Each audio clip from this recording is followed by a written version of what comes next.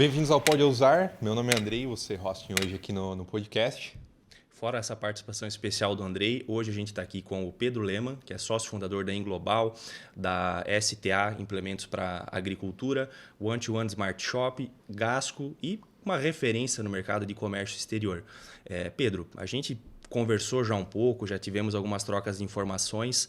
Eu sempre achei muito interessante essa ideia. A gente que está sempre na questão de marketing e vendas, a gente fica muito focado aqui no Brasil, no local, né? O comércio exterior você já foi longe, já começou pela China, foi lá para 2005, né? Uhum. Cara, como é que foi essa tua experiência? Porque eu vejo que o comércio exterior é uma venda só que globalizada, né? Exatamente. Então, a minha história com o comércio internacional começou na China, como você bem comentou, né? Eu morei em 2005 na China, foi através de um programa de cidades irmãs. Joinville, né, tem a cidade irmã na China que chama Zhengzhou, né, que é a capital da província de Henan. Então, esse é um programa entre governos, né, onde o governo ele faz o intercâmbio de estudantes, né, vai brasileiros para a China um ano e depois chineses para o Brasil. Então, é um programa subsidiado, bem bacana, subsidiado pelos governos, né, a parte do ensino. Existe ainda?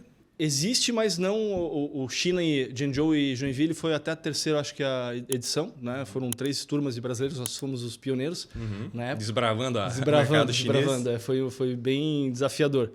E a gente foi para lá sem falar o mínimo de chinês, para você ter ideia. A gente não sabia falar nem oi, né? E na época a China também não estava na moda, como está hoje também, né? A gente foi bem criticado. Meu irmão foi junto na época, né? Em 2005 a gente foi um dos primeiros a se candidatar no edital quando foi aberto. Foi eu, meu irmão, mais um amigo que foi junto, que é o Paulinho. E a gente foram os únicos aí a topar o desafio, né? Tanto que eles tiveram que abrir outro edital para somar o resto da turma, que tinha que fechar um coro mínimo de 20 pessoas, né? A ideia da China partiu de vocês selecionaram? Não. Na verdade, esse programa existe entre os governos, né? Mas foi a divulgação através da Univille, né? A Univille fez a divulgação para os universitários.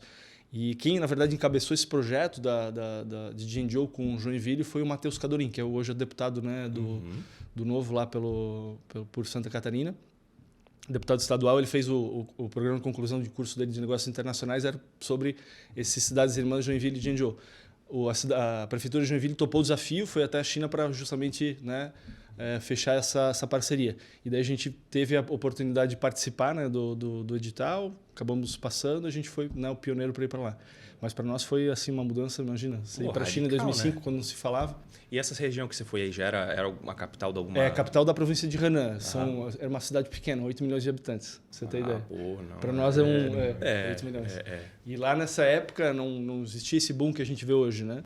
Tanto que quando a gente foi para lá foi uma surpresa, porque eles estavam iniciando aquele boom da construção civil. Já tinha uma fomentação das coisas. Já tinha. Você via lá as construções, aquelas cidades novas, né, com vários guindastes construindo. Foi bem no início do boom realmente da construção civil.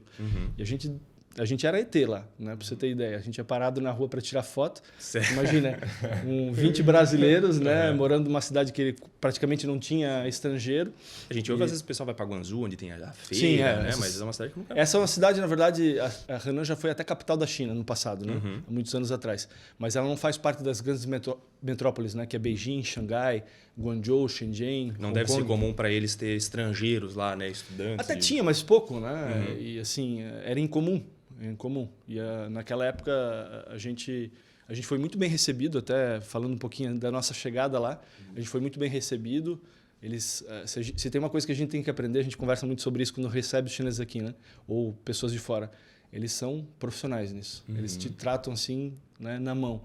Te levam para cima e para baixo, te levam para almoçar, jantar, eles tratam realmente com muita hospitalidade. Eles são um povo muito amigável, assim. O pessoal não conhece muito da cultura, né? Obviamente é bastante diferente da nossa, mas tem muita coisa positiva. Teve alguma dificuldade de se habituar com algo assim? Sim, no início. Comida, talvez. No início é comida. O pessoal imagina muito que é o Channing Box, não tem nada a ver. Channing Box é totalmente ocidentalizado. Mas se você tem ideia, você vai no mercado hoje, eles têm a cabeça de pato, de galinha embalada a vácuo como tira-gosto. Nossa. Então esse tipo de comida que a gente... Imagina lá em 2005, cara, você não tinha... Até eu acho que o primeiro McDonald's que tinha sido construído lá foi na nossa cidade, né? A gente tinha recém-chegado, isso era uma novidade lá.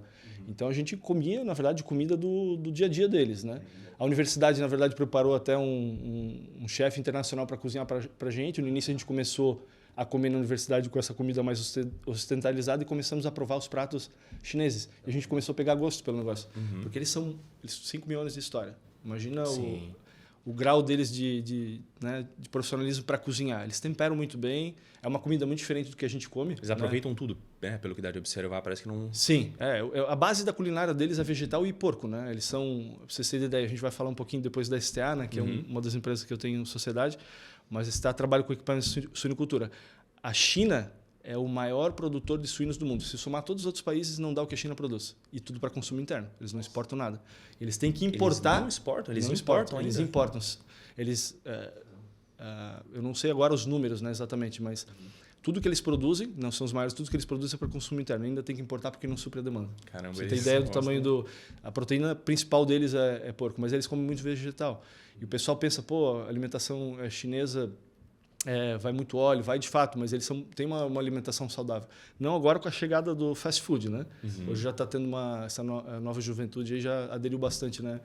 A McDonald's, tudo que vocês imaginarem de fast food tem lá. Né? Quando a gente fala entre China, aspas, a gente pensa muito em peixe, né? Eu por exemplo, é asiático peixe. Essa questão do porco é algo... Mas é mais litorâneo. Eles comem muito peixe também de água doce. Eles gostam muito de peixe. Mas já é uma proteína mais cara. Sim. A China está passando ainda por um processo ainda teve aquele êxodo rural, né, depois da Revolução de Mao Tse-tung.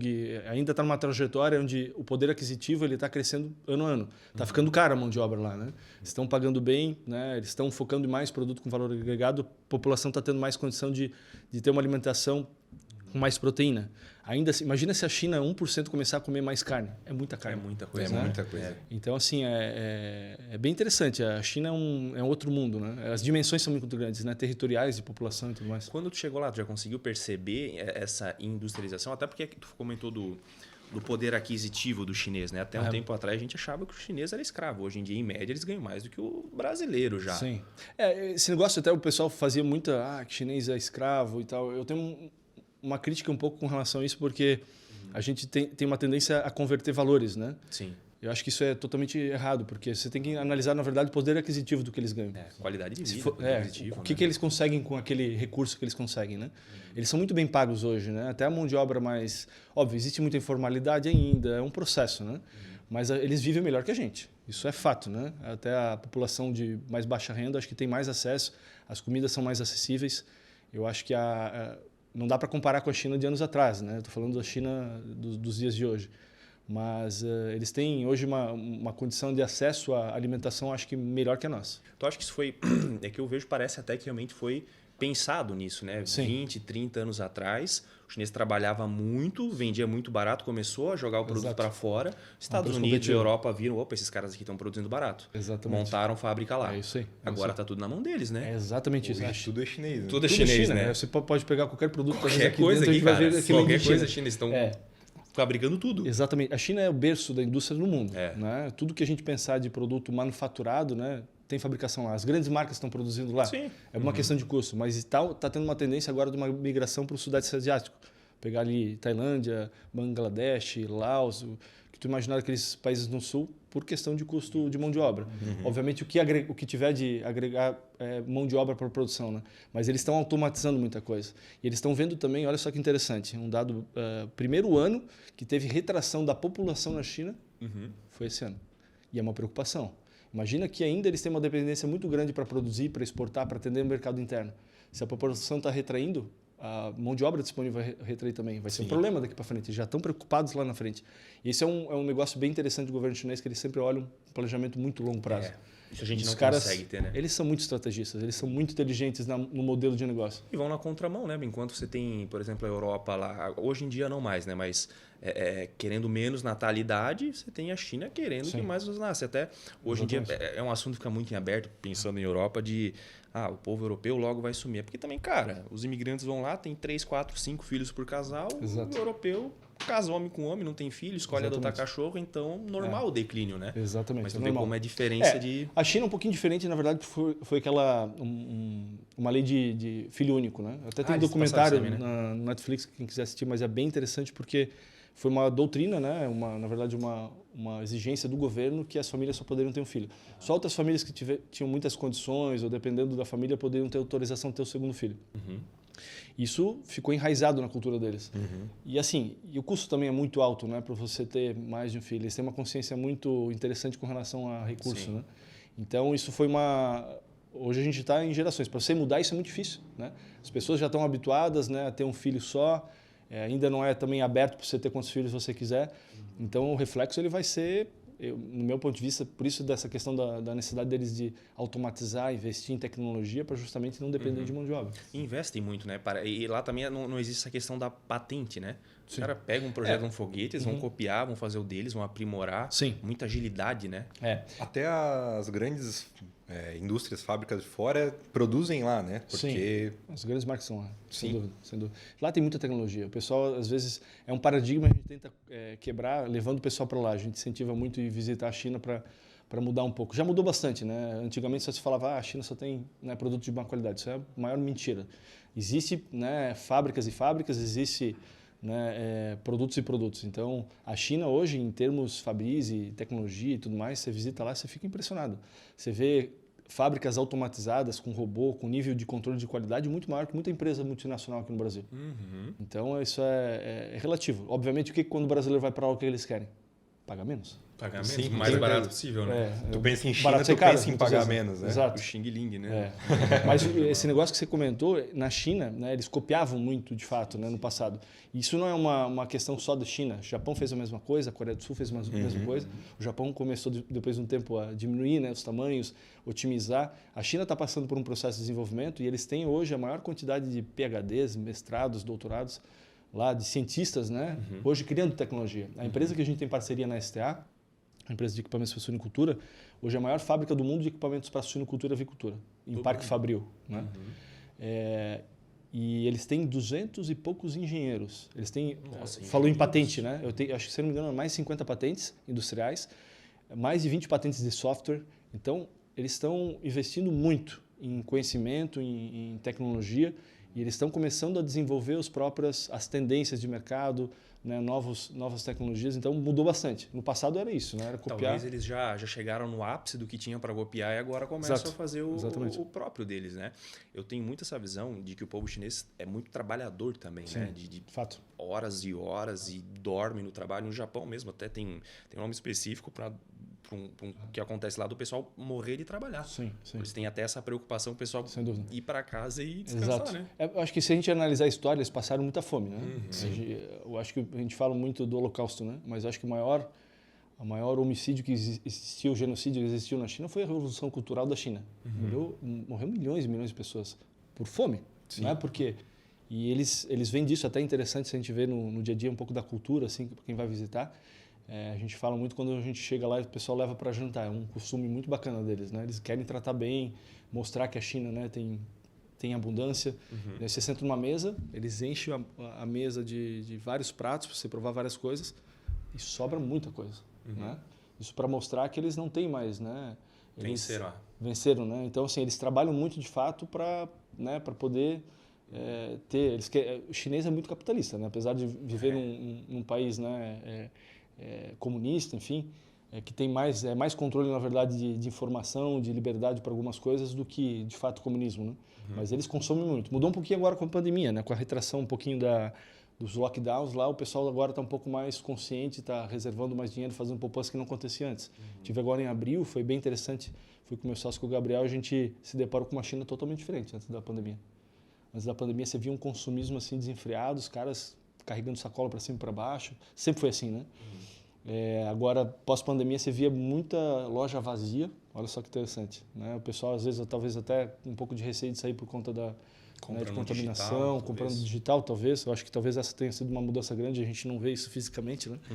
Mas teve uma mudança grande, inclusive de educação. Parece que o governo andou fazendo alguma coisa, a gente viu muita propaganda, assim, né? Da forma de se comportar, né? Mais ocidentalizado, de respeitar o próximo, respeitar a fila. São coisas que na China, assim, o pessoal fica um pouco... puto quando, desculpa a palavra, quando visita lá, porque eles, imagina, você vive num país com 1 bilhão de pessoas. Você tem que pegar a fila, muita gente. Então eles não respeitam muitas vezes. Sim. Então tem algumas coisinhas assim que a gente tem que fechar o olho, né? Porque é cultural deles. Mas isso mudou, tá mudando assim, né? O respeito ao próximo, é uma China diferente. Eles vão se refinando, digamos Vão se refinando, assim, né? se ocidentalizando na realidade, né? Então adotando um pouco mais das nossas práticas, né? E cara, como é que foi essa ideia de começar a importar? Tu ficou morando, esse programa durou 1 ano, né? Tu Durou continuou 1 ano. morando Para aprender lá, idioma, tu veio pra cá? todos voltaram. Na verdade, ficaram algumas. Dessa turma, tinha uma turma de engenheiros, né? Foram contratados pela Embraco, que tem uma unidade lá, Fabril.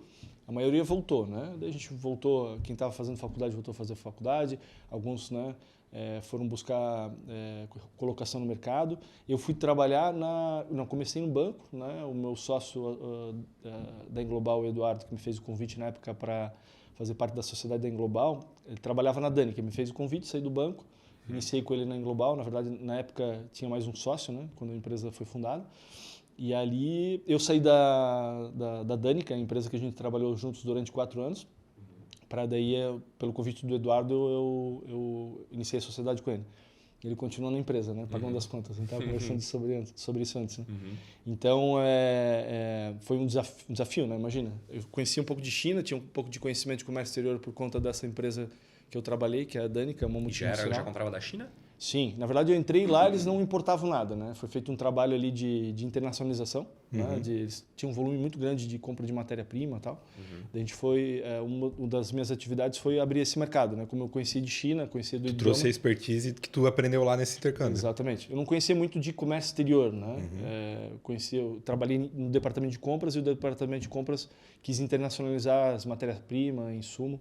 E a gente foi lá para justamente buscar isso. Então, passei algum tempo na China, fiz algumas viagens para a China, Coreia do Sul, enfim, com o intuito de trazer, né, os principais produtos ali para a manufatura.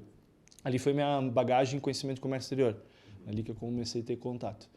Então, foi um aprendizado. Para mim, ali foi foi da onde eu trago a minha bagagem de comércio exterior. A importância do network ali, né? Muito, total. Porque não é para qualquer um ir para a China e, cara, né, a gente sabe que lá é o berço da produção global.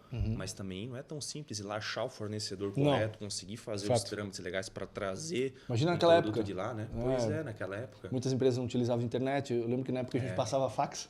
Aí tu falou que não falava nada de chinês, Não, então... quando eu voltei já falava, né? Ah, tu voltou e já falava. Não, vamos lá. Um pouquinho O brasileiro, ali, né? para falar fluente, cara, tem que ficar muito tempo, tem que estudar muito. É um idioma complexo? Muito, é muito complexo. Depois aí quando chegou, se virava no inglês lá com o pessoal? Falava inglês já. Na verdade, um dos pré-requisitos para ir para lá é falar inglês, né? Porque as aulas eram ministradas de inglês para chinês, até a metade do ano, depois era só chinês. É até interessante que quando a gente começou a realmente ter uma base de conversação, a gente voltou, né? Mas daí começamos a fazer aula aqui, a gente deu jeito de aprimorar um pouco o idioma, né? Mas ele ajudou bastante. Também lá no dia a dia, né? Todo dia, todo momento, consumindo conteúdo. Apesar de que, assim, uma crítica que eu faço de intercâmbio com muita gente, muito brasileira, a gente tem a tendência de ir pelo caminho mais fácil. Se eu puder dar uma sugestão, fazer intercâmbio, melhor fazer sozinho. É um risco também, né? É um risco também, tem os seus prós e contras. Né? Imersão total. Isso foi assim, a gente falou muito português, obviamente falamos inglês também com estrangeiros, com os próprios chineses.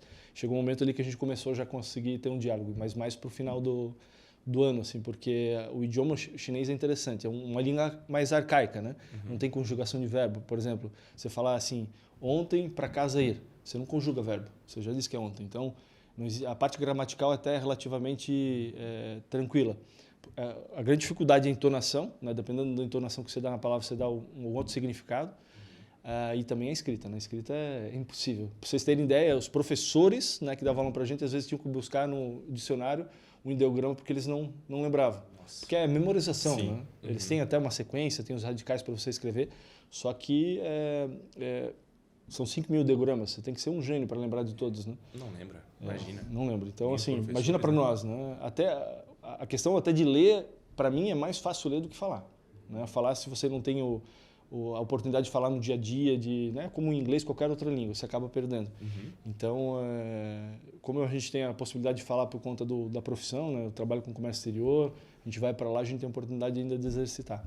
Hoje em dia tá um pouco mais fácil. Tem aplicativos, tu vai ali, ele traduz um pouco, só que também numa negociação, imagino que seja complexo. Assim, eu vou te falar, entrar para nível de negociação, a gente até acaba usando, mas o vocabulário às vezes falta, né? Então a gente vai para lá, seja, né, em visita em fábrica, seja por e-mail, cara, vai no inglês que você vai ser muito mais assertivo, né? Então, realmente, para ir para o nível de negociação em chinês, cara, o ideal é que seja um chinês. Eles falam muito rápido também, né? Sim. E, cara, como é que foi? Porque eu vejo que 2005, né, a indústria catarinense, a indústria brasileira, ainda não estava olhando para a China. Como que foi essa mudança? Quem que viu que compensava muito mais trazer de lá? Você comentou numa outra reunião que a gente teve sobre o aço ou o metal, né? Sim. Cara, muito mais lucrativo trazer do outro lado do mundo do que... Isso foi algo que aconteceu nessa empresa que eu trabalhei. Eles compravam 2.000 toneladas de aço por mês. Imagina, um volume muito grande. Na época, sei lá... 2.000 toneladas? 2.000 toneladas. Eram milhões de compras. Isso você tira a curva ABC lá do que era comprado, o topo da lista lá tava aço, né? E a gente estava comprando 100% de mercado nacional. Isso é um erro, né, do meu ponto de vista, para quem tem volume para importar, ficar só na mão do mercado nacional, você perde uma oportunidade muito grande, não só de reduzir, mas ter poder de barganha com o mercado nacional. Então, nessa época, a gente enxergou, né, por estudos, né, contatos com usinas lá, a possibilidade de internacionalizar, né, esse produto. A gente visitou as fábricas, né, para uma questão de homologar aquelas que tinham qualidade, que podiam trazer um produto, né, com a mesma qualidade, talvez até superior do que a indústria nacional fornecia. Para nossa surpresa, as reduções eram enormes, 30% a 40% naquela época. Poucas empresas importavam. Então a gente fez Isso do fornecedor nacional que vocês tinham aqui no Brasil. Sim, o fornecedor nacional. Não vem o caso aqui falar o nome. Mas cara, muito estavam confortáveis, né? Porque eles não tinham muito concorrência. Então a gente começou a internacionalizar, compramos uma parte, isso até é algo que a gente sempre fala para os clientes, né? Nunca faz 100% de tudo, né? Nem 100% nacional, nem 100% importado.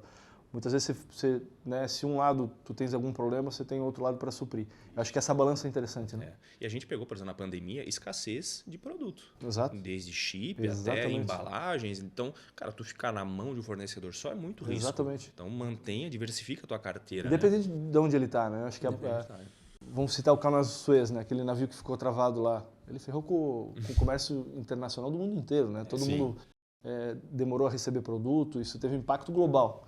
Então, assim, um navio causou isso, né? Então, olha só a vulnerabilidade que a gente tem. Capitão desse navio, né? Cara, que não queria estar no couro dele. Aquela regra da gente não colocar todos os ovos na mesma cesta, né? Porque se essa cesta cai, tu perdeu tudo que tu tinha. Perfeito, exatamente. Eu acho que essa é a escolha mais inteligente. E a questão da importação, da internacionalização da empresa, pensando, a gente vive num mundo globalizado, né? Se não buscar alternativa fora, né? Parece um pouco atrasado isso, né? Sim. E tem muitas empresas grandes que não importam, né? Importam, exportam. Acho que até se a gente pensar na questão da vulnerabilidade com relação à moeda, né? Se você está exportando produto, isso é uma balança favorável para você, né? Com relação a essa volatilidade do dólar, muita coisa dolarizada, né? A gente tem impacto aí na combustível, tem impacto em muita coisa, né? Sim. Então a gente sempre incentiva. Isso é uma das missões que a gente tem na Global, que é ajudar as empresas, né, a se tornarem internacionais, né, de buscarem oportunidades lá fora, de se internacionalizar.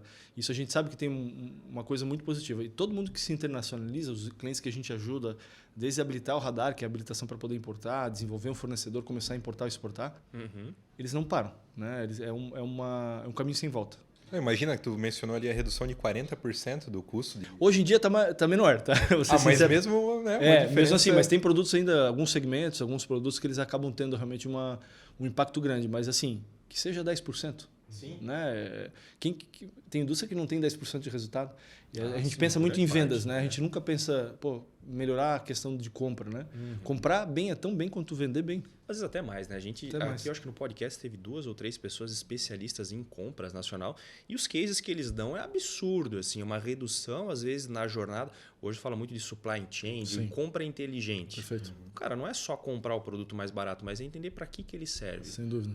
Então, isso eu acho que agora está entrando, porque marketing e vendas sempre foi mais barulhento. Sim. Então, descobriu uma nova técnica, todo mundo sabia. Compras, eu acho que ficou muito tempo nos bastidores, mas agora eles vêm muito forte, gerando conteúdo, ensinando também o comprador a comprar. Porque a gente vive num momento, 10 anos, 20 anos atrás, ainda não era, mas hoje o poder de compra está na mão do comprador. Hoje em dia, você vai comprar um carro, tu sabe mais do que o vendedor, às sim, vezes. Sim, é verdade. Né? O mercado está cada vez mais exigente, né? Sim, exato. Eu até, antes de ter o carro que eu tenho agora, tinha um da Volkswagen que estava com um barulhinho na roda. Cheguei na revenda e falei, cara, provavelmente o problema é esse aqui. Viu? Cara, tu tem um scanner em casa? Eu falei, não, cara, tem internet, eu já pesquisei. Provavelmente é isso, cara, né, tem muita informação. Então, né? hoje, o comprador tá com a mão na mesa. Ele escolhe o fornecedor dele. Exatamente. E hoje a China já todo mundo sabe que é interessante para lá. Mas pelo que tu falou, não é só eu aqui no Brasil achei um fornecedor. Não é só comprar dele. Tem toda uma cadeia, uma regularização. Como é que funciona isso? Para poder importar? Isso. Na verdade, assim, vamos pensar mais ou menos para quem está querendo começar, né? Está importando pela primeira vez. Eu acho que a questão do estudo de viabilidade, para você estudar o custo desse produto nacionalizado, pagando impostos, despesas portuárias, aeroportuárias, é o início por pontapé. Tem muita gente que às vezes se atravessa, já começa a habilitar radar, já começa a trazer amostras sem analisar o básico. Né? Se a tua prioridade é a redução de custo, você tem que analisar custo. Né? Esse é o primórdio. Então, você tem uma cotação lá com o fornecedor, você vai colocar na mão de um especialista, né? O ideal é que você coloque alguém que conheça, né? Para fazer esses cálculos, para você ver o custo desse produto, né? Nacionalizado, para ver se você vai ter margem para revender, se vai reduzir custo para matéria-prima e por aí vai. Mas a gente fala muito também de China, né? Na verdade, China é um dos grandes parceiros, né, de negócios internacionais do Brasil. Mas existe muita importação de diversos. A gente importa de não todos os países, mas de todos os continentes, né? Mas diversos países. América do Sul. O pessoal pensa muitas vezes em custo, vou para a China, né? Trazer produto de lá. Tem muito produto que compensa mais importar da América do Sul do que de lá. Você tem um acordo de livre comércio entre Brasil e Mercosul, né? Onde o imposto de exportação é zerado. Isso traz uma vantagem muito competitiva. Às vezes o produto aí que é a cadeia tributária, você sabe que é muito onerosa, né? Você tem imposto de exportação, IPI, PIS, COFINS, ICMS, fora a FRMM, né? Que é adicional de frete sobre a marinha mercante, por aí vai. Então, o que você conseguir reduzir da parte tributária, cara... Às vezes começar com esse estudo, com essa análise, né? Sim, sem dúvida. Na verdade, o estudo de análise vai um pouco além, né? Não é só questão de custo. Vê se tem tratamento administrativo, por exemplo, se o produto tem anuência de algum órgão, né? Vamos pensar aí, sei lá, algum produto que precisa de selo Anatel, que precisa de metro, que precisa de mapa, né? Ministério da Agricultura, Anvisa e por aí vai. Tem muita gente, às vezes, que por falta, né, de fazer esse estudo preliminar... acaba fazendo uma compra lá, chega o produto aqui, você não consegue nacionalizar, pode ir até para perdimento. Tem quantos casos assim, né?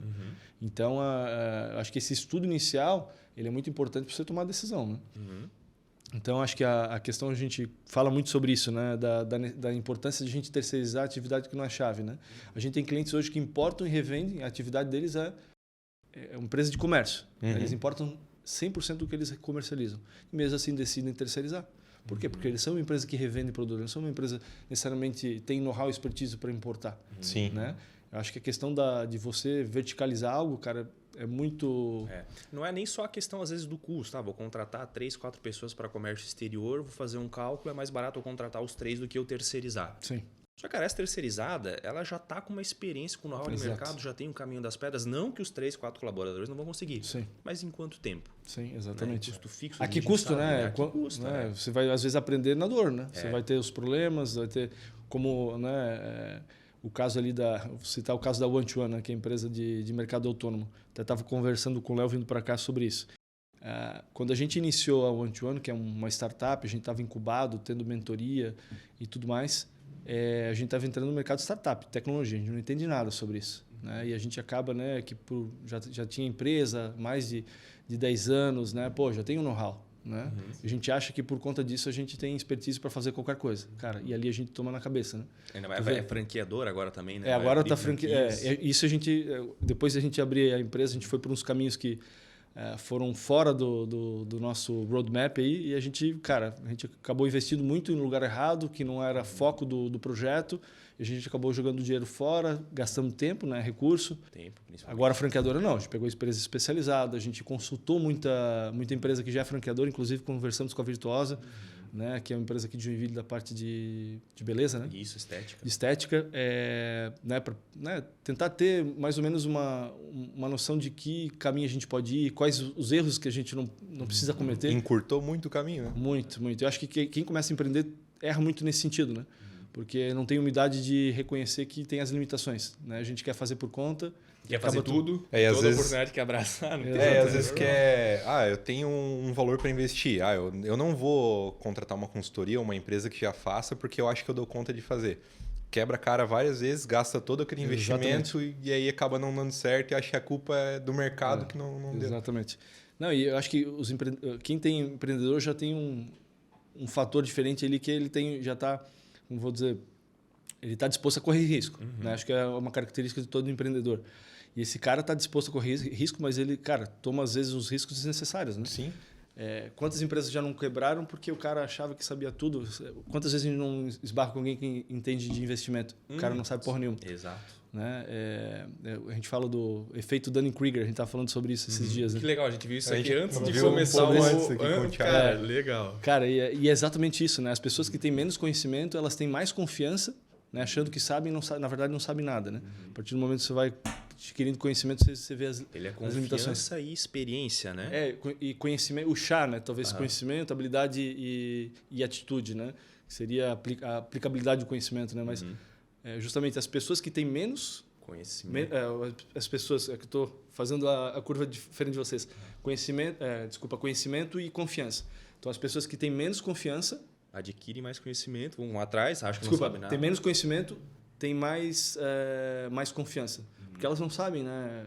Acho que é um especialista. Sabem, eles chamam até do pico da ignorância, né? Estão lá em cima. A partir do momento que elas vão adquirindo um pouco de conhecimento, elas sabem que não sabem nada. Né? Até a frase de Sócrates, né? Eu sei que nada sei. Só sei que nada sei. Então, a partir dali, você cai eles chamam do abismo da desilusão, né? Que é justamente que, cara, é muito difícil esse negócio, cara, eu vou ter que colocar muita energia para realmente conseguir conhecimento. E só depois você tem o tal do platô da sabedoria, que é quando você se torna expert.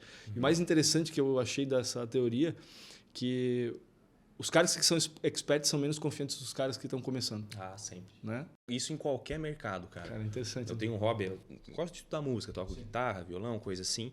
E hoje, olhando... Cara, eu sei assim que toda a minha vida eu devo saber 0,1%, porque cada coisa complexa, você vê, cara, de onde que ele tirou isso da cabeça? E quando eu comecei, já toco pra caramba. Exatamente. Eu já posso aqui. Exatamente. Então a gente tem que sempre desconfiar da pessoa que olha e fala, não, sei tudo. Exatamente. Ninguém sabe tudo, né? Exatamente. Isso é uma demagogia, né? E hoje o mercado ele é muito saturado por causa disso, né? Você comentou de investimento, mas marketing digital também. O que tem, quer ficar milionário, arrasta pra cima, é só vender esse produto aqui que... Sim. Cara... Pra te ver, né? A gente agora, né, estamos aí com a Usar, a gente sempre teve a intenção de internalizar, né? E a gente, no início da empresa, a gente sempre teve a decisão de trazer mão de obra barata, né? Eu acho que boa parte das empresas acabam contratando estagiário achando que vão fazer milagre. Isso, cara, é o maior erro das empresas. Verdade que assim, a gente tem que pagar o preço, né? E entender que tem um profissional por trás que vai ter um desempenho muito maior. Né? É um investimento. Terceirizar é um investimento, total. Eu acho que tem que pagar o preço, né? E o resultado ele vai vir. Vai vir. Isso acontece, talvez também aconteça no comércio exterior, mas no marketing é muito comum. Às vezes a empresa contrata um estagiário para fazer foto, fazer vídeo, fazer mídia, fazer texto, fazer layout. E, cara, a pessoa não vai conseguir, é impossível. Mas também é porque é um mercado, assim como o empresário não conhece tanto de comércio exterior, também às vezes não vai conhecer ali de marketing. Exato. Então ele vai pelo custo, ele sabe que ele tem que fazer. Sim. Mas por onde, né? A Usar está com quantos colaboradores? Deu perto dos 30. Como é que vai comparar uma pessoa com 30 pessoas, né, com conhecimento? É impossível. Legal, acho que pode ter até uma pessoa, um profissional de marketing, mas com apoio de uma empresa profissional por trás. Né? Isso acho que é uma soma legal. Às vezes acontece no nosso segmento, a gente prestar ali uma consultoria, organizar o setor, a empresa contratar alguém e a gente aos poucos ir passando o operacional que a gente faz para essa pessoa fazer. Porque a gente quer fazer o estratégico. Então a gente entendeu que para a gente conseguir ter um espaço no mercado, a empresa precisa vender. Perfeito. Não adianta fazer algo muito bonito, muito estético, muito arrumadinho, se não der resultado lá no final. É desfeito que perfeito, né? Por exemplo, se a gente gerar contatos para aquela empresa, mas na ponta lá o comercial não saber tratar esse contato, é a mesma coisa com o petróleo, né? Ele em si ele vai ter que ser refinado. Exatamente. Então vai ter que ter a refinaria. Mesmo processo. A gente gera um tipo de contato para a pessoa. Mas se a ponta não sabe como tratar isso, acaba se perdendo. Até puxando um pouco o saco da STA, cara, a gente rodou algumas campanhas de teste, fiquei impressionado com a equipe comercial que tem ali. Eles já planilharam tudo, quanto vendeu, qual cliente, que dia foi, qual argumentação usou. Isso é algo que quase não existe. E para nós acontecia muito. A gente fazer um planejamento, gerar um caminhão de lead para a empresa, não tratar e não analisar esses dados, né? Aí hoje qualquer processo que a gente vai, qualquer projeto, a gente trabalha nas duas pontas, marketing e vendas. Sim. Porque senão, né? Isso é interessante, né? Acho que como um todo, né? Pegando ali já do lado de empresa, né? A gente fala muito sobre isso. E nós passamos com isso também na Englobal, né? Com o decorrer da empresa, né? A gente acaba tendo uma tendência no piloto automático, né? A gente vai fazendo as coisas, né? Vai assumindo mais coisa e fica só olhando para a brisa, né? A gente não olha para baixo, né? Os indicadores, né? O que a gente pode controlar e vai fazendo mais e não para poder ajustar o norte, né? E isso a gente teve como se diz, a oportunidade de terceirizar, a gente está bem contente. Assim, a gente espera, obviamente, ter bons resultados. Né? Cara, é uma visão, porque todo empresário gosta de botar a mão na massa. Não tem, cara. Se tu pudesse, tu ia fazer tudo. Tu ia negociar com o comprador, com o fornecedor. Exatamente. É o showman, né? O cara que quer fazer tudo e centralizar. Só que tu vê que uma hora não dá mais. Pegar, tem que delegar. Até tu tem esse background também de indústria, né? Eu venho de Jaraguá, tem muita indústria grande que era normal antigamente ter um empresário com 10, 15 mil funcionários. Em Jaraguá era muito comum.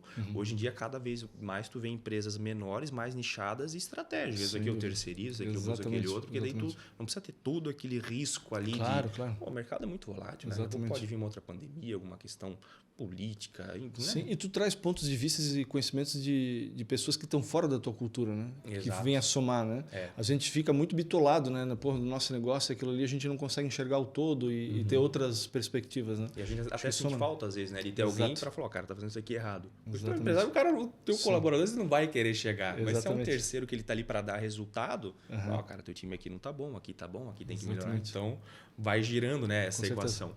E, cara, como é que cheguei lá e descobri um fornecedor. Hoje, na Englobal, você faz todo esse processo, tu traz para o cara e entrega na empresa dele? Muito do que a gente estava falando interessante da questão da terceirização, né? Do que não é atividade-chave, você levar na mão do especialista. No início, a gente cometeu esse erro. A gente sempre foi colocando mais soluções. Tem até o nosso reforço de marca, soluções integradas em importação e exportação. Então, a gente faz tudo, desde o desenvolvimento do fornecedor, né? De buscar o fornecedor lá fora, fazer estudo, fazer a importação de fato, inspecionar as cargas antes de embarcar. Até inspeção? Até inspeção. É um ponto bem interessante. Depois é uma forma de mitigar risco da operação. Muitas empresas às vezes não fazem, cara, e é um investimento pequeno, né? Às vezes comparado ao valor que você está investindo. Abre o container. Isso traz muita segurança. Antes de você mandar a mercadoria para cá, né? Porque depois que chega aqui a mercadoria com problema, você vê o que deu, né? Mas todo esse processo até a entrega do produto a gente faz internamente. Fazia, né? Pelo menos no início da empresa. Então, a gente começou a agregar soluções, tanto que nós nos vendemos como one-stop shop, né, do comércio exterior. Então, a gente é como se fosse um braço terceirizado de comércio exterior dentro das empresas. Então, a partir do momento que a empresa tem lá o fornecedor desenvolvido, o ideal é que ela tenha, né, toda já o planejamento de como é que vai se desenrolar aí prazo de produção com o fornecedor, o tempo de trânsito marítimo, qual que é a tua prioridade, acho que esse é um fator muito importante. Né? Acho que esse alinhamento com relação a se a prioridade é tempo, se a prioridade é custo. Né? Porque se for contratar hoje um frete internacional, você tem fretes que, com os armadores, né, com os navios, tem frete que demora 45 dias, tem frete que demora 60. Então, isso tudo é muito importante para que a tua expectativa com relação a custo, tempo, ela seja atendida, no fim das contas, né? Então, uma importação bem sucedida é isso, né? Tu já acaba negociando com o teu comprador também um prazo, então tem que analisar essas questões. Exatamente. E é complexo, assim, para quem está no dia a dia é algo simples. Para quem está começando, cara, é muito complexo. Você tem que falar com um fornecedor que você não conhece, às vezes, a língua direito, você não conhece a cultura.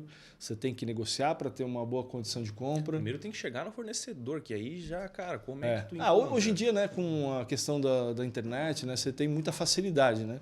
Mas assim, você não sabe. Né? É muito bonito, às vezes, um website, você não sabe o que tem por trás. Exato. E acaba que, às vezes, o primeiro que você vê, que você encontra, não é o melhor, não é o mais barato. Isso aí a gente discute bastante, sabe, Andrei? Porque as pessoas às vezes querem um perfeccionismo, né? De achar o melhor. Cara, tem que começar. né? Você achar um fornecedor bom, fazer uma auditoria de fábrica, a gente indica fazer muito isso quando dá a primeira compra, onde eles fazem um pente fino, ver se a empresa existe, se tem as fábricas, se ela produz esse produto, porque na China tem muito disso, né? Você contrata uma fábrica de vender um portfólio bonito, tem milhões de produtos, mas ela fabrica um ou dois. E daí compra de demais. O risco é alto daí, né? Muito alto. Imagina, você compra num pedido, vem uma qualidade que você pediu lá, no próximo já é outra, porque daí ele comprou com outra fábrica.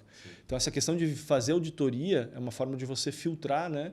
De peneirar os bons fornecedores. Mas na questão de custo, cara, acho que só vem com o tempo, sabe? Na questão de você buscar novas fontes, negociar. E às vezes as empresas elas querem, porra, cara, tem que negociar um melhor preço. Às vezes você perde o time e você está perdendo a oportunidade também. Até a gente comentou ali na questão da moeda também, né? Tem a volatilidade da moeda, exatamente. Então tu acaba perdendo o time de comprar. Perfeito. Exatamente. O pessoal às vezes fica... A gente tem muito cliente que faz isso, sabe? Vê que o dólar está baixando. Vocês viram que teve uma volatilidade muito grande do dólar, né? Hoje está, acho que uns 4,87, 4,88. Às vezes os clientes querem, por ganância, tem que reduzir mais. Cara, aproveita o dólar agora. Sim. Daqui a pouco já... Esses dias foi para 5, né? Em questão de 1, 2 dias. Então, o brasileiro, cara, é interessante. Existe até modalidades para você fazer hedge cambial, que é o travamento, né? Uma forma de você garantir aquela previsão dos custos que você teve lá atrás, travando, né, uma operação. É uma operação, na verdade, financeira paralela, a gente chama de hedge cambial, travamento cambial, onde você vai travar a moeda no momento daquela tua decisão. Obviamente, o banco vai te cobrar um spread. Ou seja, se a tua importação ela custa $100 mil, você faz um travamento cambial com o banco de $100 mil para o dólar comercial de hoje mais o spread do banco. Então, se a tua importação chegar lá, hoje está 4,87 a R$6, você vai perder bastante dinheiro na importação, né? Pagando fornecedor, custo de nacionalização, que é imposto que é convertido em dólar também, mas você ganha aqui, porque o banco vai te garantir.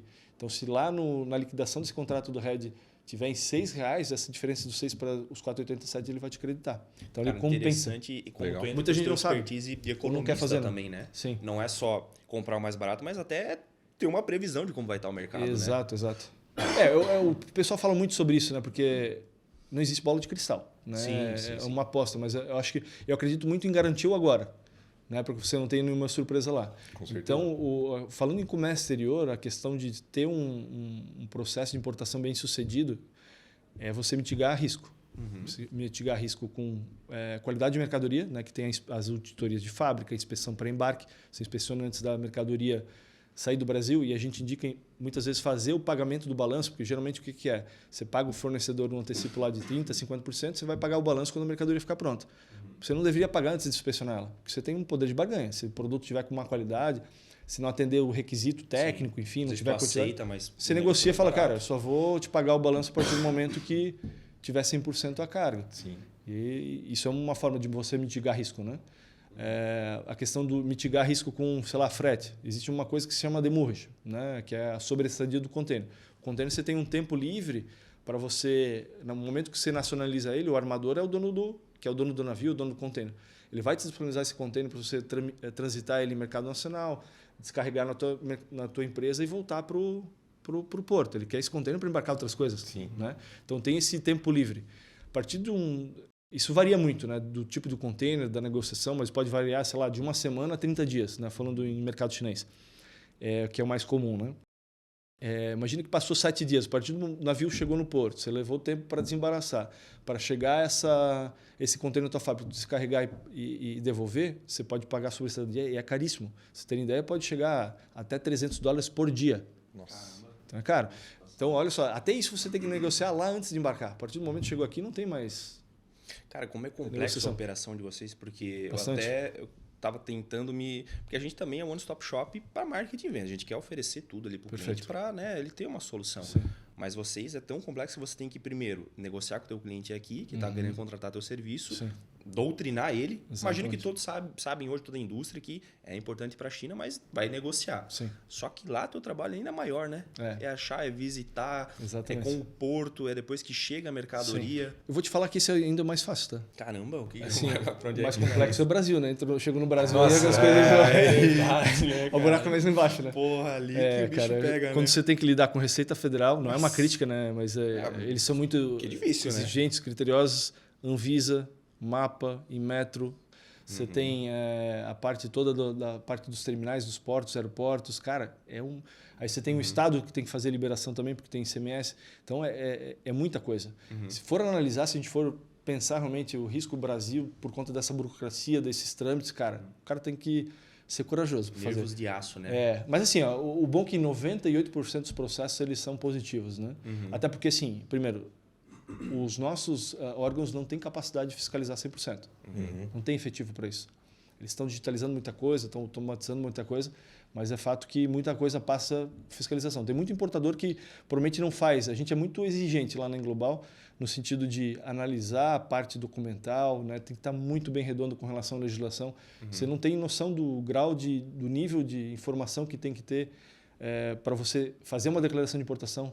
Ele tem que estar muito bem enquadrado o produto, né? Cada produto existe um enquadramento fiscal. Se você não enquadra exatamente, né, que é o NCM, Nomenclatura Comercial do Mercosul, você pode estar recolhendo imposto errado, você pode estar colocando ele no enquadramento onde você recebe multa, a tua mercadoria fica mais parada, pode ter, já ouviram falar em canais de parametrização? Canal verde, amarelo e vermelho? Não. Quando você faz o registro de declaração de importação, que é o documento base para você nacionalizar a mercadoria, ele vai para esses canais de parametrização.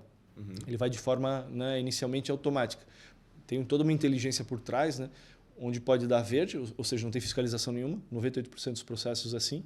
Amarelo, onde tem uma fiscalização documental, ou seja, do que você declarou com os documentos do fornecedor, isso tem que estar conversando, né, tem que estar respeitando também toda a parte legislação, burocracia. E você tem daí depois o canal vermelho, que além dessa parte documental, eles abrem um container ou se vem via aéreo, eles veem a tua mercadoria para ver se é o que tu declarou, né?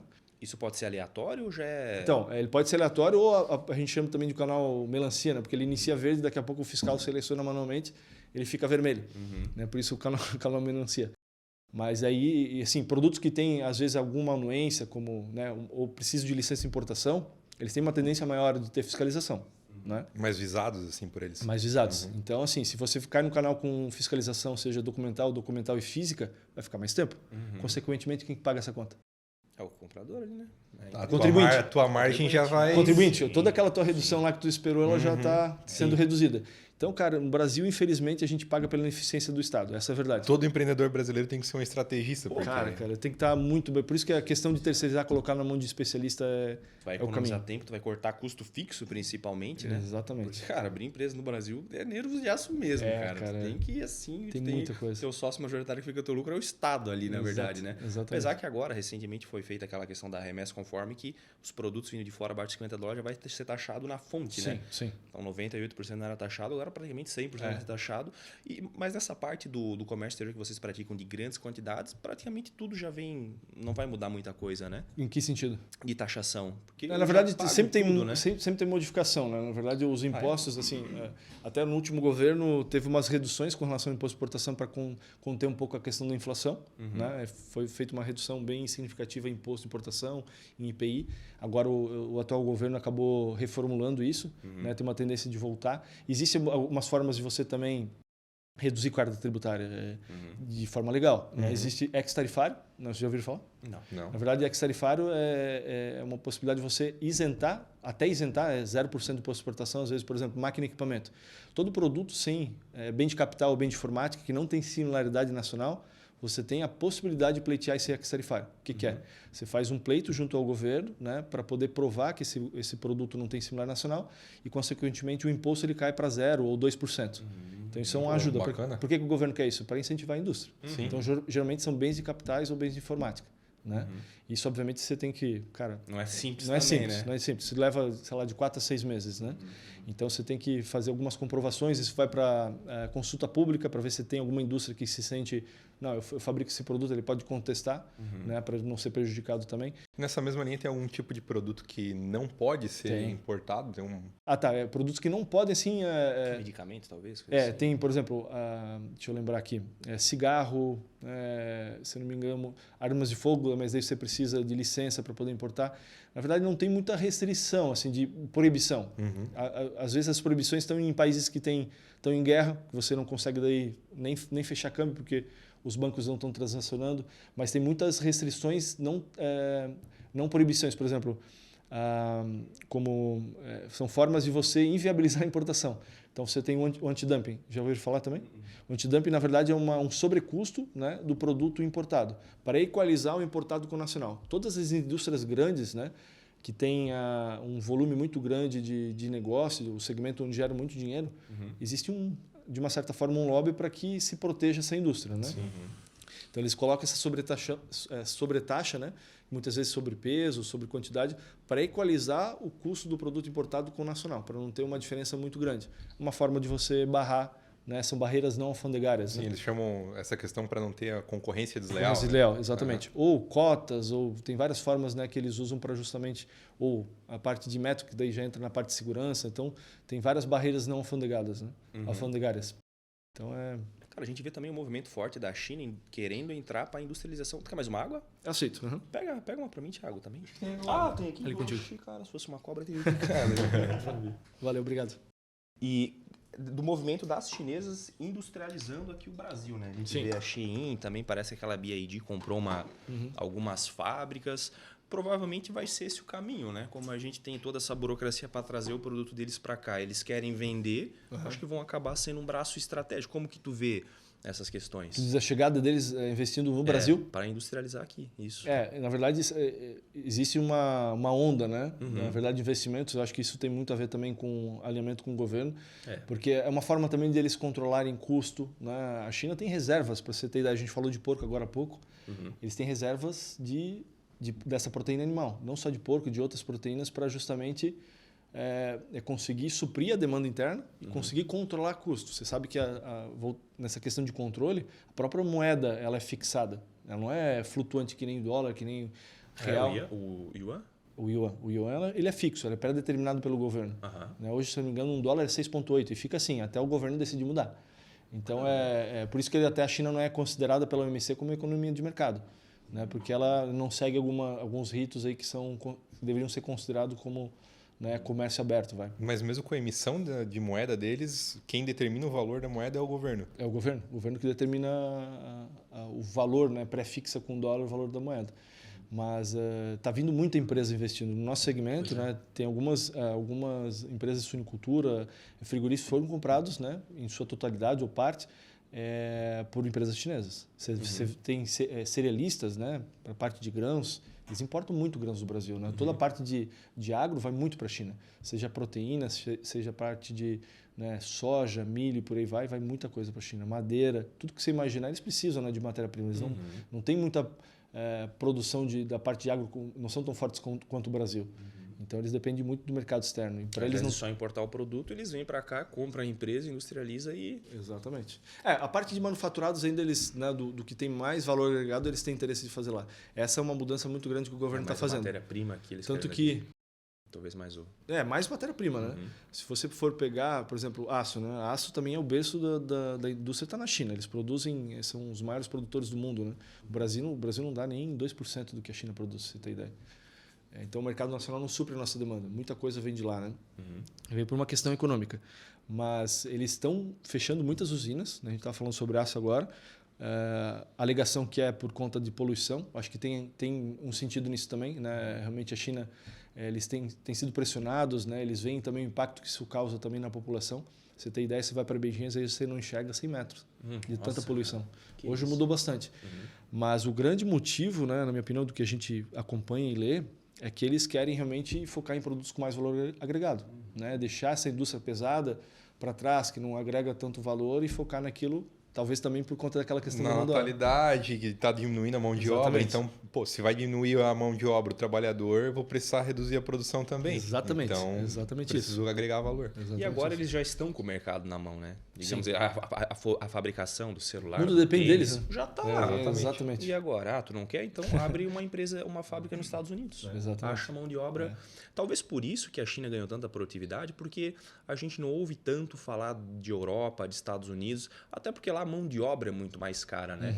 E eles estão com uma mão de obra cara, mas eu também não vejo tanto Europa e Estados Unidos investindo em automação como a China. Sim, a China, além da mão de obra mais barata, eles estão na frente. Japão também, né, de automação. Cara, daqui a pouco o mercado vai ser todo deles. Para se tornar mais competitivo, o custo da mão de obra está ficando caro. Então, eles estão investindo, o governo incentiva isso. Né?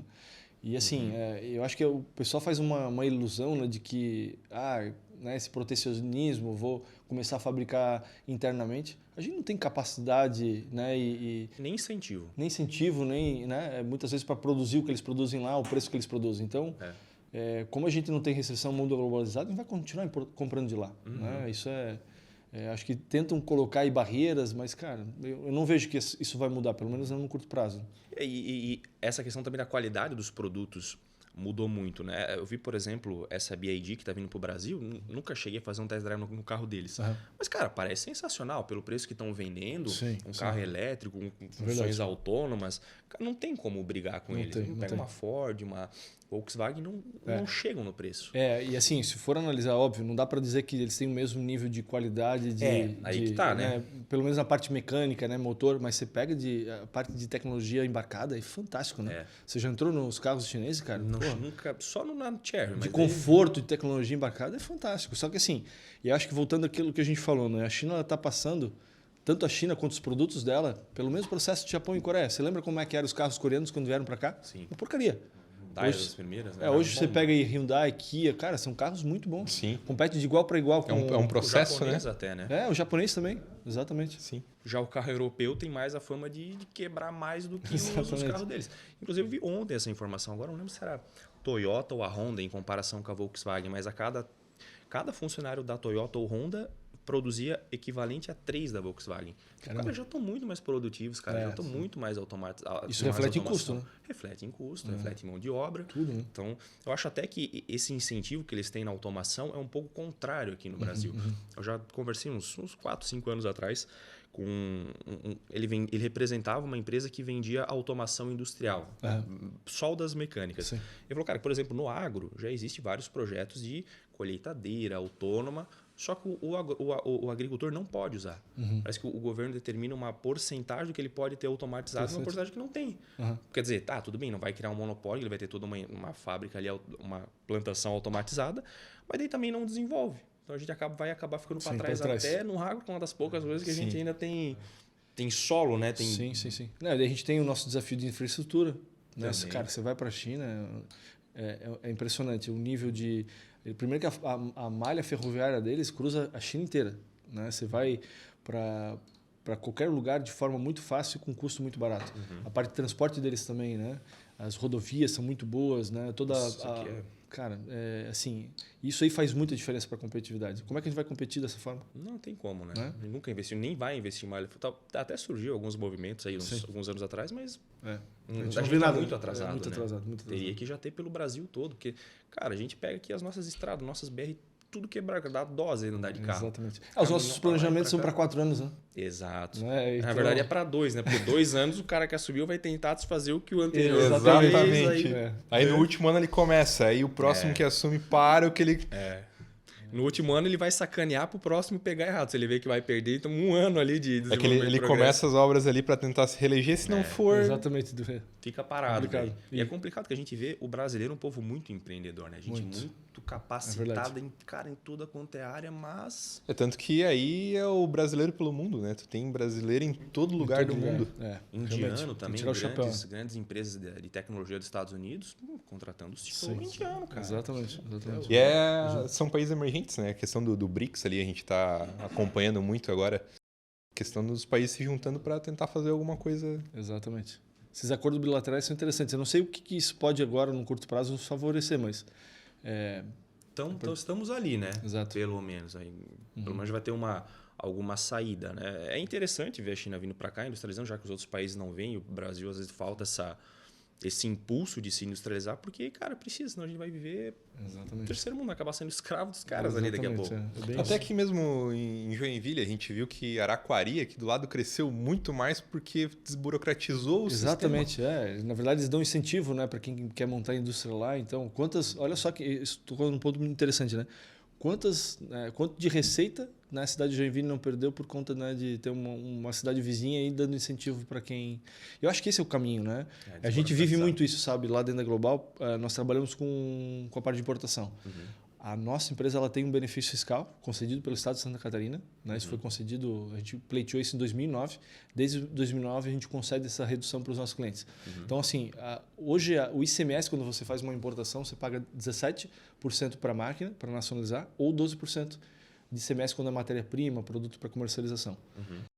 É alto, né? Imagina, 12%, 17%. Sim, 12%, tu ainda vai refinar a matéria-prima, vender, vai ter mais. Se tu pega ainda uma empresa que é simples nacional, né? Muitas empresas, né? A maior parte das empresas no Brasil são empresas de pequeno porte, muitas estão enquadradas, têm esse regime tributário, ICMS é custo.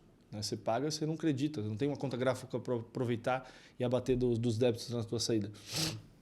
Então, assim, quanto mais você reduzir, melhor. Então, esse benefício reduz para até 1%.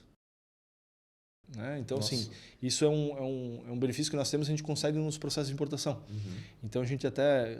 Antigamente era mais fácil, não tinha tanta concorrência, mas a gente até dizia que era fácil vender, porque ficava mais barato o cliente importar conosco do que ele fazer por conta. Então, ele terceiriza... Importar sozinho e sem contar toda a parte de expertise ainda seria mais barato. Exatamente. Onde a gente ainda assume risco, né? Porque se a gente fizer algum erro durante a operação, a gente acaba assumindo esse ônus, né?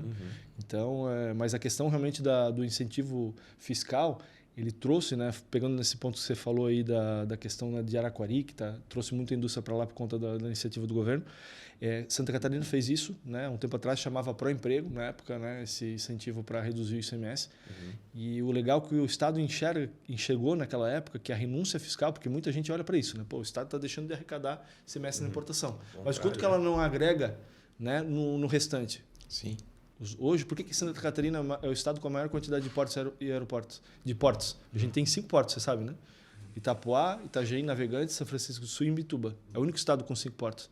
Porque a gente investiu nessa questão do incentivo, e isso atraiu muitos importadores de outros estados para cá, que vieram usufruir não só, né, obviamente, do benefício, mas, né, dessa área retroportuária que se desenvolveu. Desburocratiza, né, cara? Parece tão simples assim, mas a gente vê... Traz muita coisa positiva. O Estado tem uma renúncia fiscal, mas ele arrecada muito mais por conta disso. A economia gira, né? Exato. Então, hoje, é complicado, porque hoje, beleza, tem um governo progressista, eles precisam de receita, eles, né, querem dinheiro, só que, cara, vai chegar uma hora que a indústria vai parar, né? Aconteceu isso em França, em outros países aí, que o pessoal que faz renúncia da cidadania. Não sou mais um cidadão brasileiro, sou cidadão lá porque eu quero pagar menos imposto. Sim, a gente estava falando que não ia falar sobre o governo, né? Mas pincelar um pouco. Eu acho que não tem como, né? Infelizmente não tem como. Mas essa ideia também de taxar agora as grandes fortunas, né? Cara, fuga de capital, esquece. Imagina, vai ter uma fuga de gente. E o problema não é taxar a grande fortuna. Claro, a grande fortuna é um problema. Problema. Mas a pequena também. A pequena também vai junto. A gente aqui presta serviço para empresas dos Estados Unidos, da Austrália, temos clientes lá. Então, quer dizer, agora até para eu receber isso, você já pago um imposto, né? Obviamente. Então, não é só o grande. O pequeno também, que às vezes um MEI, um freelancer... É que no final quem vai arcar com os custos é o pequeno, né? Porque ele que mais sofre. Ele vai repassar, ele vai chegar lá na ponta. Então... Tu tenta colocar para... não, eu quero taxar os super ricos. Mas ele ganha com o quê? O público dele é quem que vai consumir aquilo ali? Então, não... quando disse até das grandes fortunas, porque eles são os grandes empregadores. Essa é a verdade. Sim. Se eles acharem que aqui não é mais lugar, porque aqui não vai ter a rentabilidade que ele espera, ele vai sair daqui, vai levar muito emprego embora. E aí é onde tem essa questão da logística ali, né? E a questão gira em torno. É global. Exato. Se hoje aqui eu não consigo sustentar, e eu não tenho margem para manter, por que eu vou continuar aqui? Não... Exatamente. Se for para um mercado que vai me propiciar um retorno maior, né? Cara, e o empresário, querendo ou não, ele é a locomotiva do país. A própria história de Jaraguá, cara, nós temos ali um dos grandes empresários, eu cito ele aqui no podcast, que é o fundador do Grupo Mal, o seu Vander Veig. O avô dele, né, já é uma família de empreendedores, imagina quantos anos atrás, ele eletrificou um bairro de Jaraguá. Então ele doou o terreno, fez usina elétrica numa época que não existia. Então lá os colonos, já conseguiram ter geladeira. Ele foi lá, ele trabalhava com laticínios, então o dinheiro que ele botou na sociedade, pavimentar a rua, fazer hospital, fazer um monte de coisa, cara, por isso que a gente tem essa qualidade de vida lá. 3, 4 empresários que dali de Jaraguá que eles deixaram a cidade... E teve um reflexo positivo para eles, para o negócio deles. Claro, exato. Todo mundo queria trabalhar na empresa deles. Exato. Quanto a gente saiu do estado, da cidade de Natal, para ir ali para Jaraguá, porque ali tem luz elétrica, que é uma coisa básica, mas na época, né? Então hoje a gente tenta demonizar esse empresário, sugar o máximo de dinheiro dele para deixar esse dinheiro na mão do Estado, que São as empresas, as indústrias que geram valor. O restante não gera. Não gera. Você não tem isso. O Estado em si não produz nada, né? Não tem. exatamente. Ele pega o dinheiro do pagador de imposto para ele. E faz uma má gestão. Ainda. Exatamente. A gente não tem o retorno disso, isso que é o mais doído. E hoje o Brasil tem esse grande título de ser uma das mais modernas para taxação, né? Agora, recentemente vai... Pô, mas por que a gente não tem, então, uma análise do rastro? Para onde é que foi esse dinheiro? Que obra foi? Para que caminho? Então, na verdade, tem, né? Não seria nem tão difícil, já que estão taxando direto na fonte. Então, É complicado, né? O desafio do brasileiro... A gente tem que trabalhar, né? Tem que Essa trabalhar. esquecer do verdade. do rastro, porque... A gente fica meio bitolado até. Tem que até esquecer um pouco, porque senão a gente tem que esquecer, entra numa deprê, né? Mas graças a Deus, cara, eu acho que o nosso estado, não só Santa Catarina, mas outros também, mas especialmente aqui, a gente vê muito fora da curva. Muito né, cara? fora, né? Aqui a gente tem falta de mão de obra, na verdade, Exatamente, né? exatamente. E não Um é povo só muito pra empreendedor, nós né? aqui, Trabalhador, né? Exato, até indústria. Às vezes, Sim. cara, aqui a gente às vezes tem uma vaga para contratar, a gente não consegue preencher porque... E não é questão de capacidade técnica, é perfil. Sim, Né? De um lado a gente tem desemprego, do outro a gente tem um pessoal que não tem aquela iniciativa, sabe? Aquele brilho no olho. Pô, não sei fazer isso aqui, mas eu vou aprender. De bons profissionais falta, né? Bons Capacidades, perfil, com perfil, né? Perfil, né? Aprender, qualquer um aprende, né? Sim. Fazer o operacional, mas vir com vontade. Então, é os desafios que a gente tem aí, apesar de ser um estado... Sim. Liberdade econômica um pouco maior. Sim, para você ter ideia, até você tocou num ponto legal, a gente hoje está no modelo de home office, né, na Englobal. A maior parte, né, trabalha a maior parte do tempo em casa, tem a possibilidade de ir para casa. A gente adotou uma forma híbrida, né?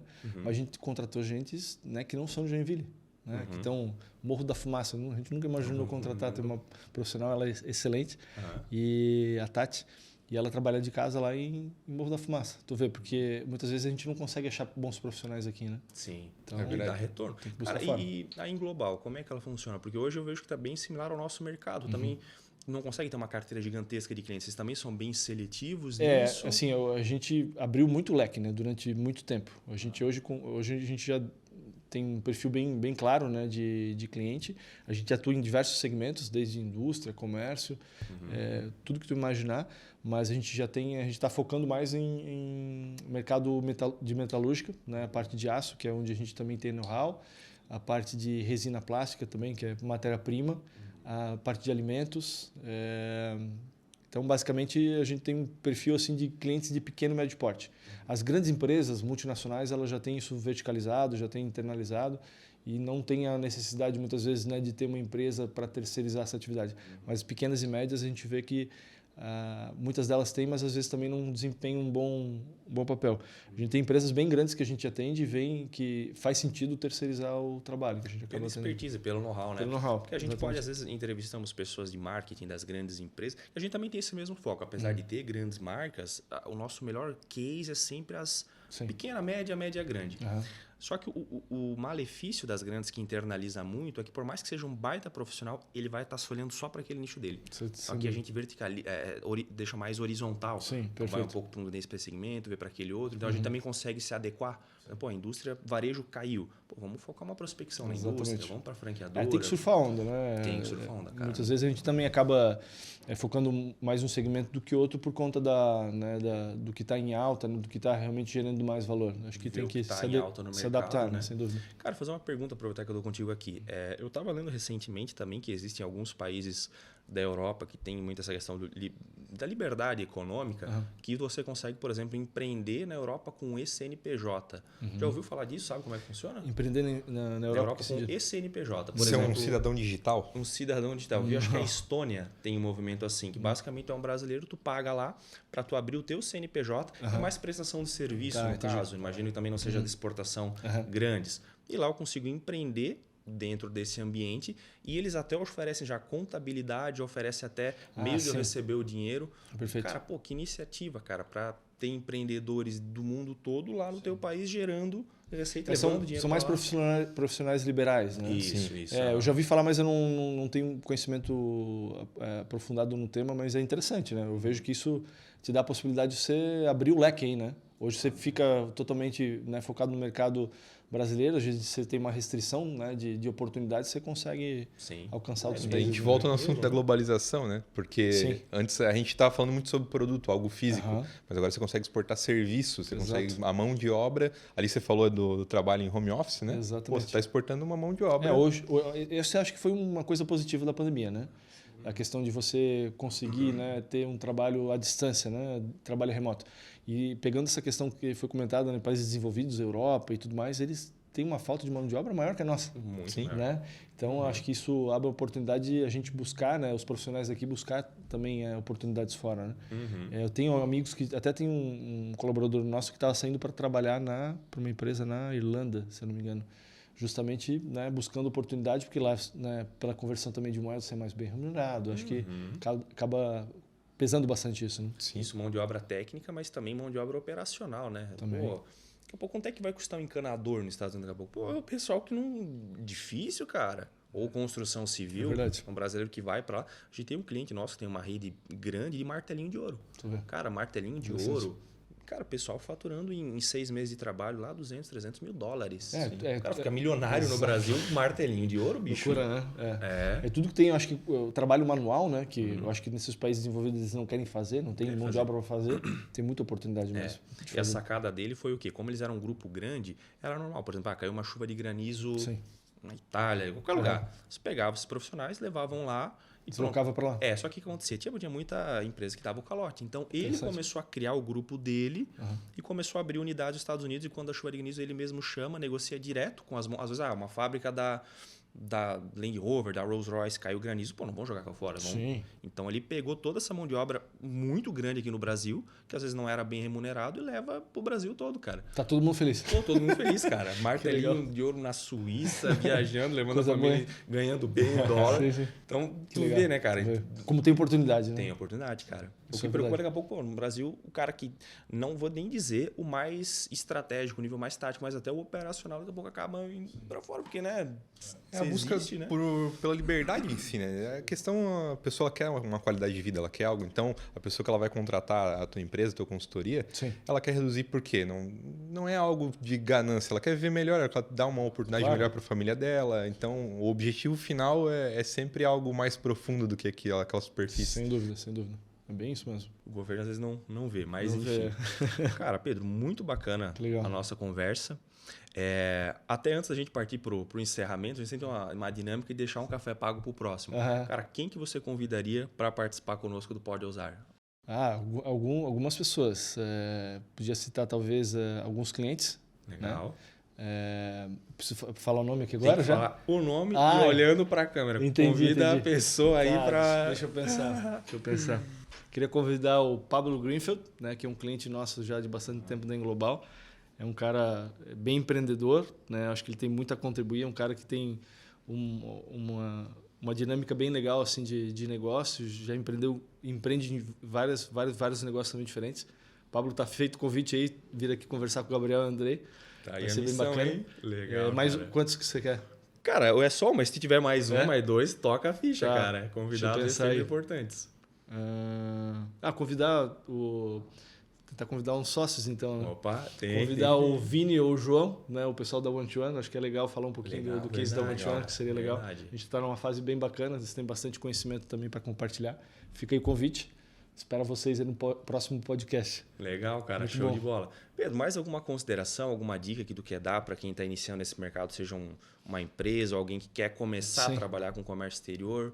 Até comentar, já que você tocou no assunto, a gente está fazendo agora, em outubro, a gente está indo para aquela Feira do Cantão. Né? A gente havia conversado até sobre, é a maior feira multissetorial do mundo. Ela acontece desde 1957. Ininterruptamente. Ela sempre, só agora a pandemia que eles tiveram um intervalo que não abriu, eles fizeram digital. Mas essa feira é considerada o termômetro do comércio do mundo. Vocês terem ideia, ela movimenta mais ou menos 30 bilhões de dólares cada edição. Nossa! Assim, cara, o mês inteiro? Quanto tempo que é? Então, ela acontece sempre em abril e outubro. Ela é dividida, cada edição é dividida em 3 etapas, né? É por segmentos, fases, né? Por segmentos. A primeira fase, todas elas são multissetoriais, né? Primeira fase, segunda e terceira. A gente sempre participa da primeira, que ela é mais voltada para o nosso segmento aqui, que é metalúrgica, metalmecânica, né? Então ela pega a parte de máquinas e equipamentos, construção civil, matéria-prima, aço, iluminação e por aí vai. A gente está indo agora com 25, né, clientes e empresários para levar para lá e o pessoal fica maravilhado, assim, porque é muita novidade. A China tá gerando tendência, né? Eles não estão mais só copiando. Mas o bacana, até um número interessante, a gente estava conversando sobre isso, para vocês terem uma noção do tamanho que é essa feira. A gente fez um comparativo por metro quadrado da área de exposição, é 1.150.000 metros quadrados. Para vocês terem uma referência, isso dá 50 IMBs. Nossa. Mais ou menos 200 campos de futebol ou 300 expovilhas que a gente tem aqui em Joinville. Uma feira de negócios. Né? Cara, se você tem ideia, se você não vai focado, você não consegue ver. A gente tem cliente que às vezes vai para lá, não se planeja, né? Começa a ver novidade, depois volta dos 5 dias, são 5 dias de feira, e não viu o que ele queria ver. É uma cidade é uma loucura. Pra você ter ideia, a gente faz uma média ali do pessoal, a gente vai desde 2009, né? A gente caminha mais ou menos uns 20 km por dia na feira. Caraca. Meu Deus. Já não precisa para quem quiser fazer um spa, dá para ir nessa comitiva, é bem legal. Cara, é legal que vocês levam o cliente de vocês, né? Sim. Porque às vezes pensar, vocês são uma empresa terceirizada, não quer que o cliente tenha o contato. Pelo contrário, vocês levam para o Levamos, claro. É importante assim, eu acho que é legal ir visitar para mudar um pouquinho a cabeça do que é a China, para quem nunca foi. Eu não sou muito a favor de feira multissetorial, porque lá tem muita... Não é uma feira específica, as feiras específicas são melhores, mas para quem está começando ou quer buscar mais de um segmento, daí consegue conciliar. A gente sempre fala, quando vai para lá, a gente orienta os clientes a visitar as fábricas também, porque na feira ali é aquela correria, troca catálogo, as conversas são mais superficiais.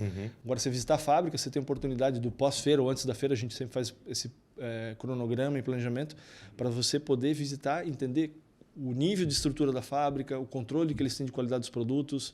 Você tem a possibilidade de negociar. Muitas vezes tem clientes que negociam, conseguem tirar o investimento para ir para a feira. Você está lá, você fala por telefone e e-mail, não tem a mesma eficiência do cara a cara, né? E eles gostam muito disso, né? O face-to-face que eles chamam. Então, acho que ir para lá é muito bacana. Então, assim, a feira ela te abre a oportunidade de você buscar nossos fornecedores, desenvolver nossos produtos. Então, é bem bacana. Até quem tiver a oportunidade, imagino mesmo que não seja um empresário, alguém de comércio exterior, mas ir lá para... Claro, conhecer cultura também. Uma amplitude de visão, né? Que isso deve também. trazer. É, bem legal. Não é um lugar onde é que tu vai... Porque, beleza, aqui a gente até tem feiras aqui no Brasil, mas nenhuma nem chega perto disso aí, né, cara? Não, ali é muito bacana. São 400 mil compradores cada edição. Caramba, os expositores devem 60 mil estandes. Se você quiser passar na frente de todos eles, você não consegue, em 5 dias. Aqui, eu tive na Intermac faz pouco tempo, foi em setembro, né? Aquela exposição de... A gente tem alguns clientes expondo na parte de máquinas. Sei lá, devia ter talvez 200 expositores. Eu não consegui passar em todos. Né?